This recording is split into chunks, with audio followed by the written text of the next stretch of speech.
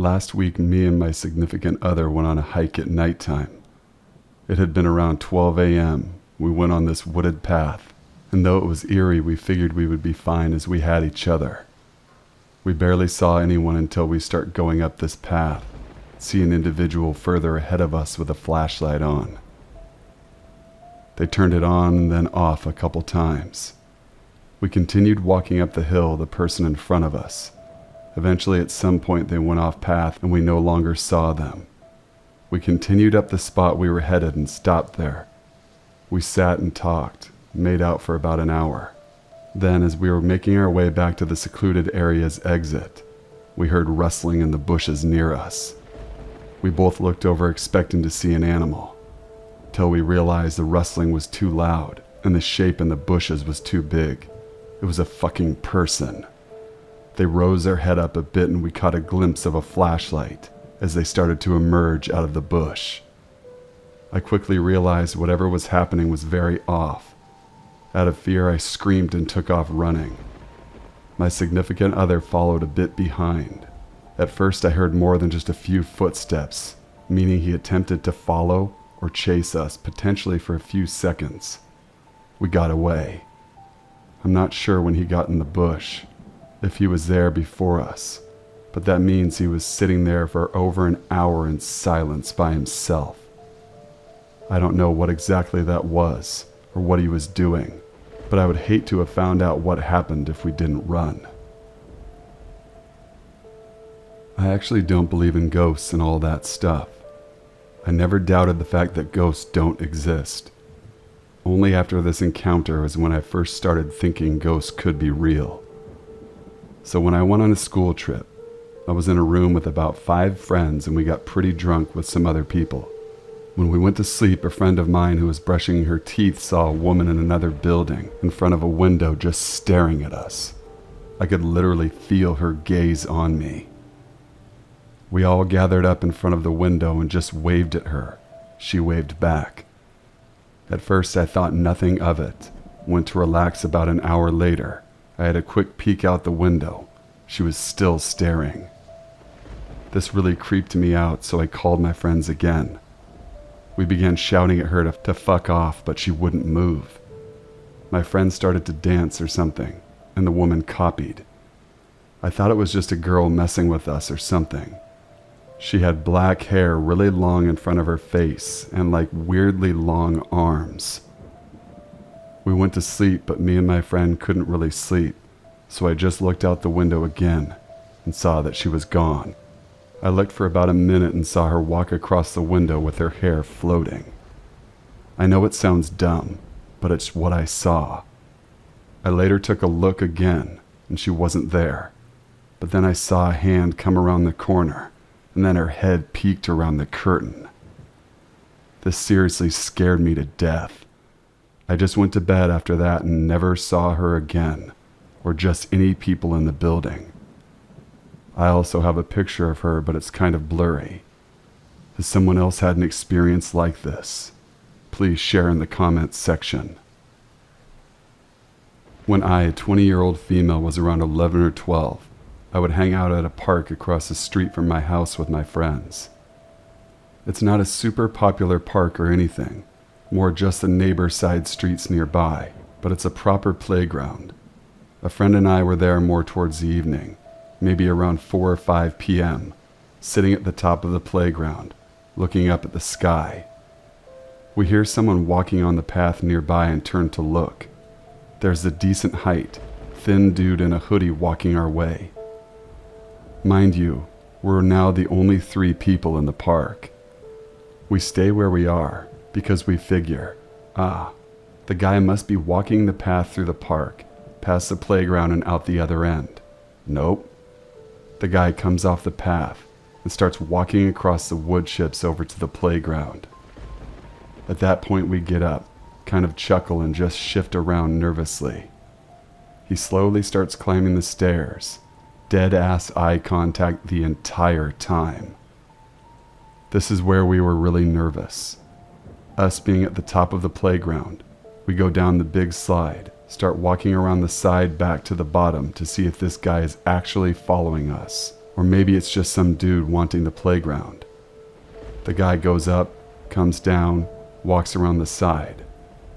No, we took the longest way around, weaved a bit. This guy does the exact same thing. At this point, he seems to be speeding up to catch up to us. My friend and I look at each other, and we just book it out of there. The man starts running after us until he sees we're running to a house, immediately turns around and beelines it out of the part from where he came.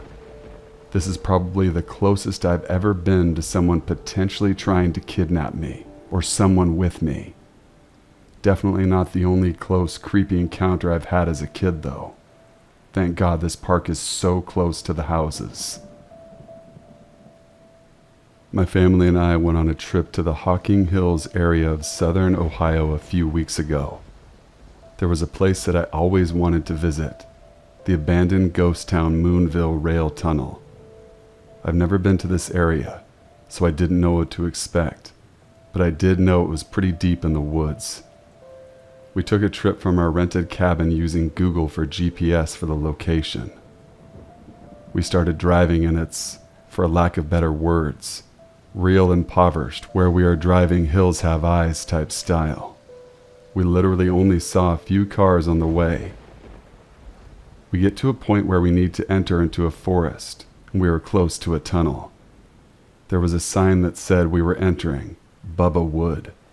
For a little additional information, I drive a Mercedes that I am just lucky enough to have, and have my husband in the car, a black man with dreadlocks, my 10-year-old nonverbal autistic son, and my 6-year-old daughter. We drive down this really creepy stone road into the forest, and there's nothing back there. No houses, no cars, nobody. We see signs that we are close and pull into the parking lot. We walk over the footbridge and make our way towards the tunnel, which is a lot larger than I had expected.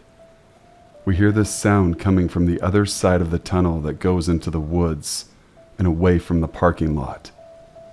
A truck comes driving through the tunnel towards us while we were on foot. He gets out of his truck with a chainsaw, and it's a white guy in his 60s. He walks with my entire family everywhere we go and through the tunnel. I tried to make small talk with him and pull some info out about if he worked for the Department of Natural Resources. He really wasn't budging. We turn around to walk out of the tunnel, and he starts using a chainsaw behind us. The sound is just echoing through this tunnel. At this point, we have no cell phone service, and literally no one knows my family is out there except us. I was already worried my car was sending the wrong idea to people like we have money or something. We don't. We rush to the car to get the kids in their booster seats, and this motherfucker comes driving over the footbridge in his truck towards us in the parking lot. I honestly don't know how this truck fit on it. He stops again and gets out of the truck and starts walking the other direction, much to our relief. About this time, I notice there are some dusty handprints on my car. I asked my husband if they were his, and we compared his hands and my son's, and they were not a match. I don't know who could have touched the car, because we were there with the chainsaw man the entire time. Just a few minutes later, I look in my rearview mirror. There was a bunch of dust kicked up behind us, and there he is. He had to have driven pretty fast on that stone road to catch up that quickly. There is nowhere to go in these woods. The road is basically one lane, and we have no cell service or GPS. Every time I think we lose him, he's there again. I'm waiting for my tires to get popped or something, or for this guy to ram me off the road into a ravine. Finally, we get out of the woods and I turn out, and he's still following. We were following printed directions to get back, and I ended up making a wrong turn in the excitement. The guy in the truck was finally gone, and I turned around to go back past the stone road that goes deeper into the forest. There was one lone house near this road, and there is his truck. He had to have seen us drive onto this road into the woods and taken some back way to the tunnel. I don't know if he was just trying to protect the site from more graffiti or what, but he really creeped us out. It was like a very scary movie trope rolled into one single event. Thank you guys for watching and listening to the very end. Sorry for my absence, my personal life has been a bit fucked up the past month and a half. So, the videos will be coming again at least 3 to 4 days a week. Make sure your notifications are on. And if you want your story featured on an upcoming video, email it to thesinfulsavant@gmail.com. I'll leave a link to the email in the description box below as well. And until we meet again, you guys know what to do. Stay sinful.